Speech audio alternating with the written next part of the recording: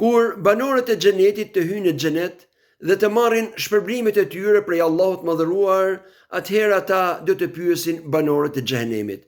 Kështu thot Allahu Madhëruar në ajetet e surës Al-Muddathir se një bisedë do të zhvillohet mes dy palëve atë ditë dhe banorët e xhenetit do të pyesin banorët e xhenemit: "Ma salakakum fi saqar?" Çfarë bëri që ju përfunduat në zjarr? Dhe ata do të përgjigjen: "Qalu lam naku min al-musallin." Do të thonë, ne nuk ishim prej atyre që falim namaz. "Wa lam naku nut'imu al-miskin." Dhe gjithashtu nuk ushqenim të varfrin. "Wa kunna nakhudu ma'a al-khaidin." Dhe gjithashtu pasonim njerëzit e prishur dhe të devijuar në bisedat e tyre të kota. "Wa kunna nukadhibu bi yawmiddin." Dhe gjithashtu përgënjeshtronim apo mohonim ditën e llogarisë, hatta atana al-yaqin. Dhe vazhduam në këtë gjendje derisa na erdhi e sigurta dhe pashmangshmja dhe që është vdekja.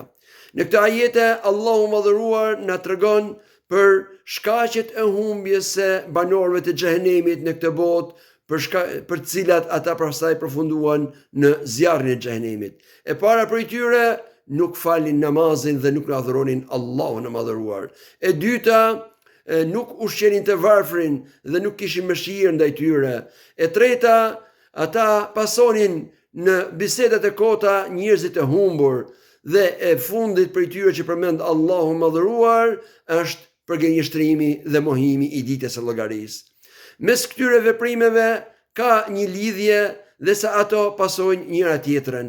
E para prej tyre, kush le adhurimin e Allahut Madhëruar, do t'i shkujdeset zemra. Dhe në momentin që shkujdeset zemra, atëherë nuk do ketë më interes për punët e mira. Dhe prandaj përmendet pas lënjes së përkujtimit të Allahut dhe adhurimit të tij, lënia e mëshirimit të varfrit. Dhe kur lën edhe mëshirimin e të varfrit, atëherë do t'i shtohet mbi shkujdesin e tyre dhe një cilësi tjetër dhe që është ngurtësimi i zemrave. Dhe kur të bashkohen të dyja së bashku, atëherë ata nuk do kenë më pengesë që të shoqërojnë njerëzit e humbur në bisedat e tyre të kota dhe kështu me prishjen e gjuhës duke vazhduar, duke ecur pas bisedave të kota, atëherë do u lehtësohet atyre dhe përgënjeshtrimi i botës tjetër dhe i ditës së llogarisë. Dhe kur ndodh kjo, atëherë robit i hapen dyert e skeqjes në të katër anët e saj dhe nuk do gjejë më forcë ta kap veten derisa t'i vijë vdekja.